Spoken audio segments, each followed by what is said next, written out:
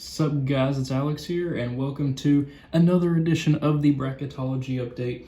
This one is for February 24th, 2020, and after a crazy weekend of college basketball where number 1, number 2, and number 4 teams, they all lost. Number 1 Baylor lost to Kansas, number 2 Gonzaga lost to BYU, and number 4 San Diego State lost at home to UNLV, which now means that there are no undefeated teams in college basketball left. It was a crazy weekend, and it was so crazy that Joe Lunardi, he usually posts his bracketologies on Tuesdays and Fridays, but now he has posted it on a Monday. So now I'm bringing you guys a surprise video on a Monday, so leave a like for the surprise video. And before I get started with the bracketology and the analysis and the bracket movements and stuff like that, I just want to let you guys know about the NCAA tournament ticket giveaway I'll be doing. If I hit 5,000 subscribers by March 17th, which is the first game of the first 4 in Dayton, I will be giving away 2 NCAA tournament tickets to the first round, 2 separate winners getting 1 ticket each. But right now I am at 4,160, and it is the 24th, so we have about 21 days, something like that. I don't know what the I can't do math right now, but we still need about 840 subscribers. So make sure you tell your friends about it. Make sure you tell your classmates about it, whatever it is. We need to get to 5,000 subscribers, but if you need to enter the NCAA tournament ticket giveaway, the details are in the description below, so make sure you check that out. All you have to do is take a picture of you being subscribed to my channel. You can take a screenshot, then follow me at AlexPrice24 on Instagram. DM me the screenshot of you being subscribed. Tell me what your closest NCAA tournament location is, and tell me what your favorite team is, and you're entered into the giveaway. I'll send you a confirmation message saying that you are entered. So yeah, that's how you enter the NCAA tournament ticket giveaway. And let's go ahead and look at this analysis of the bracketology. So now Kansas is the new number 1 overall seed, as you can see up there in the top left regional, which is the Midwest regional. We then have Colorado down to a 5. Auburn is now up to a 4. BYU, after their win against Gonzaga, is now up to a 6. Wichita State is now down to an 11. UC Irvine's up to a 14. Butler is down to a 7 after at one point being a number 1 seed. They are now down to a 7. Their free fall is just continuing at this point. They got blown out by Creighton this weekend. Then Indiana is up to a 10 after getting a critical home win against Penn State. Then down there in the East Regional, San Diego State is still the 1 seed. Then St. Mary's is now up to an 8. West Virginia is now down to a 5. The playing game right there for the 12 spot is USC and Providence. Then we have Seton Hall down to a 3. Marquette down to a 7. Their downward spiral is continuing as well. Then we have Cincinnati up to a 10. Wright State is now down to a 15. Then up here in the top right regional, which I think is the South, we have Baylor as the 1 seed over there. Then Wisconsin is now down to an 8. Arizona State is continuing their uptrend. They were out of the tournament a couple of weeks ago, but they are now up to a 9. They are stringing together a really nice string of victories. Then we have the playing game of NC State versus Oklahoma for a 12 spot. Kentucky is now down to a 4. I was kind of surprised to see Kentucky fall down after getting a road win against LSU and then a home win against Florida, but that's just me. Then we have Arizona down to a 6, Villanova up to a 3, Texas Tech is now up to a 7. Then in the West Regional, we have Gonzaga as the 1. Then Rutgers is down to a 9. They've been kind of losing recently. Michigan is now up to a 5. Oregon is up to a 4. Utah State is now up to an 11. Xavier is down to a 10. And then Florida State is now up to a 2. So then if we take a look at the bubble, we will see that the last 4 byes are Indiana, Xavier, Wichita State, and Utah State. And then the last 4 in are Oklahoma, USC, Providence, and NC State, as I mentioned earlier. Then the first 4 out are Richmond, Stanford, UCLA, and Mississippi State. Then the next 4 out are Memphis, Georgetown, Alabama, and South Carolina. So I found a way for you guys to be able to do the bracket on Excel. All you have to do is just go to the Google search. I'll just show you guys how I made mine. Type in bracket Excel. Then you'll scroll down here to the vertex42.com one. You'll go to tournament bracket templates for Excel. Then you can just scroll down here, download the March Madness bracket with that extension there, the Excel extension, whatever you want to call it. That way you can go ahead and download the bracket. And with that, let's go ahead and get into the predictions. So up first, we have number 1 Kansas versus the winner of NC State or NC&T and St. Francis. Obviously, we're going to have Kansas win that one.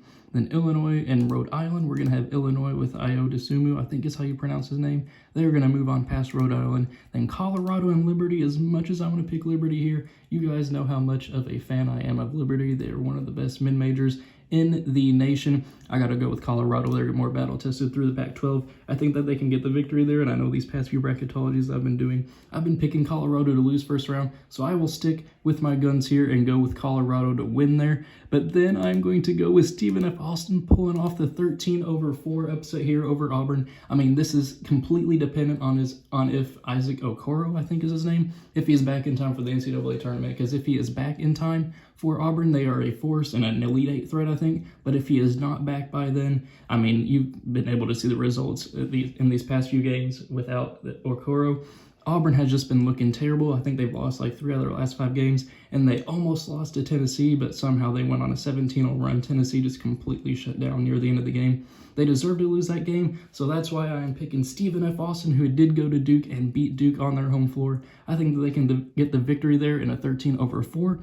Then I think that BYU will hold off Wichita State. Louisville will be able to beat UC Irvine. Then I'm going to go with a 10-7 here with Indiana over Butler. Butler is just a downtrending team right now. There's no confidence I have with them at all right now. I know they have, I want to say his name is like Kamar Stevens or something. That may be Lamar Stevens with Penn State that I'm thinking of. Oh, Kamar Baldwin. There we go. I don't know why I couldn't think of his name. They do have him, but they're just not, I mean, they have no momentum to speak of right now. I can't go ahead and pick them against Indiana, who just beat Penn State. Then we're going to have Dayton beat South Dakota State. Then for a spot in the Sweet 16, we got Kansas over Illinois. Stephen F. Austin, I'm going to move on here to the Sweet 16. I think they can get the job done. They're one of the best mid-majors out of the Southland Conference. I think that they can get the victory there and move on to the Sweet 16 as a 13 seed. Then BYU and Louisville, I think that Jordan Nwora and Louisville will win. I went to the Louisville, North Carolina game this past weekend, and man, Louisville just ran North Carolina out of the building. Then Dayton with Obi Toppin, I think, will be able to beat Indiana. Then for a spot in the Elite Eight, we have Kansas beating Stephen F. Austin. As much I'd love to see Stephen F. Austin get the victory there, I don't think that they will. Then I think that Dayton with Obi Toppin can get the victory here over Louisville. And then for a spot in the Final Four, we have Kansas and Dayton. These two teams faced off earlier in the season in the Maui Invitational, and that game went to overtime. Kansas did end up winning that one, and I think in this situation, I think Kansas, as much as it pains me to say, would win again. I think Kansas has only improved since then, especially, and I just went on the road and beat Baylor and Waco, so that was a really impressive victory. I think they can get the job done there. And if we scroll down here to the East Regional, we have San Diego State beating Austin Peay. St. Mary's, I think, can hold off Kerry Blackshear in Florida. Then I'm going to go with West Virginia beating the winner of USC and Providence, which I think at this point would probably be Providence. Then we're going to go with Penn State over Akron. Ohio State, who's been turning around their program since the start of February. Sorry about that. We have Ohio State moving on past Northern Iowa. They just got that huge victory at home against Maryland. I think it was yesterday on Sunday. Then we have Seton Hall and Miles Powell moving on past Hofstra. Marcus Howard and Marquette, I think, can get the victory there over Cincinnati. I think this is probably one of the best potential matchups for Marquette in the tournament if they're going to win a game in the first round. Then I think that Duke will beat Wright State. Then for a spot in the Sweet 16, we have San Diego State over St. Mary's. Penn State, I think, will move on past West Virginia. Seton Hall with Miles Powell, I think, can beat Ohio State, though Seton Hall is kind of on the down, or I wouldn't say on the downtrend. They've just been kind of losing games a bit recently. They just can't seem to get past Providence for some reason. But I think that they can get the victory there over Ohio State. Then we have Duke beating the winner, or beating Marquette. I don't know why I said the winner. I think Duke can get the victory there. Then for a spot in the Elite Eight, I'm going to go with an upset pick here. I know Penn State did lose twice this past week, but I think San Diego State did lose at home to UNLV, who was like a quad 3 or quad 4 loss, something like that. Not a good look for them, and they're just not facing those good teams throughout the course of the season to be able to give me the confidence that they'd be able to beat Penn State in that situation. Then I'm going to go with Seton Hall moving on past Duke. Duke, for some reason, just did not show up against NC State during the course of the week, so that's why I'm going to go with Seton Hall. Duke just has to be motivated, and they struggle to put away some of the mid-major teams, kind of like they lost to Clemson, then they almost lost to North Carolina, and then they did lose to NC State. I think that Seton Hall can get the victory there. And then for a spot in the Final Four, I'm actually going to go with Penn State. I know people are going to hate me for picking a team to go to the Final Four as a kind of an upset pick, as a 4 seed that lost twice in the past week. They went 0-2. But I think that Lamar Stevens can get Penn State to the Final Four and have them on, for that program, I would say a Cinderella run, or a sleeper run at least. So then we'll go up to the top right regional here. In the, I think this is the South one, we have Baylor versus Radford. Obviously, Baylor's going to end up winning that one. Arizona State, I think, can then beat Wisconsin as the 9-8. Then we're going to go with Michigan State over NC State, who I think would beat Oklahoma. Kentucky, I think, can hold off Vermont. Then I'm going to go with East Tennessee State beating Arizona. I know I haven't been giving Arizona much credit recently. I really like Arizona as like a 5 or a 6 this year, but I really don't like their matchup there against East Tennessee State. I think East Tennessee State's one of the best mid-majors. I said that about CMF Austin, and I'll say it about East Tennessee State. They did go on the road and beat LSU earlier this season. I think they could get the job done and get an upset there as an 11-6. Then we're going to go with Villanova over Colgate. Texas Tech and Virginia. This is a rematch of last year's national championship game in a 7 versus 10 matchup. And I'm going to go with the opposite of what happened last year. I'm going to go with Chris Beard and Texas Tech moving on. Then we have Maryland beating Little Rock. Then for a spot in the Sweet 16, Baylor will beat Arizona State. Kentucky, I think, can beat Michigan State. Kentucky is on like a 5 or 6 game win streak at this point. Then I think that Villanova, as much as I want to pick East Tennessee State to move on, we already have our upset pick in the Sweet 16. With Stephen F. Austin, I'm going to go with Villanova, which is the better team. Then we're going to go with Maryland over Texas Tech. Then for a spot in the final, or in the Elite Eight, I'm going to go with Baylor. Baylor's only lost twice this season, one where they led the entire game against Washington up until like the final couple seconds. And then they lost to Kansas this past weekend, which, I mean, if you guys watched that game, it was back and forth the entire game. I'm going to go with Baylor moving on to the Elite Eight there. I'm going to go with Maryland moving on past Villanova for a spot in the Elite Eight. And then I'm going to go with Baylor in the Final Four coming out of that East Regional. I think that Baylor is one of the top 4 teams in the nation. That's why they're going to make it to the Final Four. So then we'll go to the final regional over here in the West region. We have Gonzaga beating the winner of Prairie View A&M and St. Peter's. LSU, I think, can hold off Rutgers. Michigan, I think, can hold off Yale.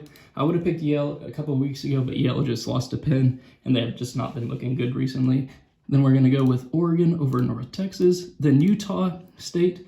I really want to pick them here against Iowa, but Iowa has a Player of the Year contender in Luke Garza. I think they can get the 6-11 victory there. Then Creighton, I think, will beat New Mexico State. Then Houston, I think, will lose to Xavier. Houston did lose to Memphis this past weekend. Then Florida State will beat Montana. Then for a spot in the Sweet 16, we got Gonzaga over LSU. Oregon over Michigan with Peyton Pritchard. They got that victory there against Arizona this week. Creighton, I think, can hold off Iowa here. And then Florida State will beat Xavier, which is a rematch of like the 2018 tournament where Florida State as like a 9 seed ended up beating the 1 seed Xavier. And then for a spot in the Elite Eight, we have Gonzaga beating Oregon. I'd love to see Oregon win that matchup, but I just don't see it. Then we got Creighton beating Florida State. And then for a spot in the Final Four, we have Creighton beating Gonzaga. I know I've been picking Gonzaga to make it and even win the national championship in my recent bracketologies. But Creighton is one of the hottest teams in the nation, if not the hottest team in the nation. They are now a top 10 team. I picked them in the Final Four last bracketology. I'm going to do it again here. I have Creighton in the Final Four, which sets up a Final Four matchup of Kansas and Penn State, which I think would be Kansas at this point. And then Baylor and Creighton, as much as I'd love to pick Creighton moving on there, I think Baylor can get the victory here, which sets up a round 3, potentially round 4, depending on what happens in the Big 12 tournament. Between Kansas and Baylor, these two teams split the regular season, and on a neutral court, I'm going to go with Baylor. I think that Baylor is still the best team in the nation at this point. I think that they can get the job done here. They were on their way to come back. They just missed a 3 at the buzzer to tie it. I think that they can get the victory there and become the national champions. So thank you guys for watching. I hope you enjoyed it. Be sure to leave a like and subscribe if you did enjoy. Let me know what your own predictions and comments are in the comment section below. Make sure you enter the NCAA tournament ticket giveaway, and I will see you all later. Thanks for watching.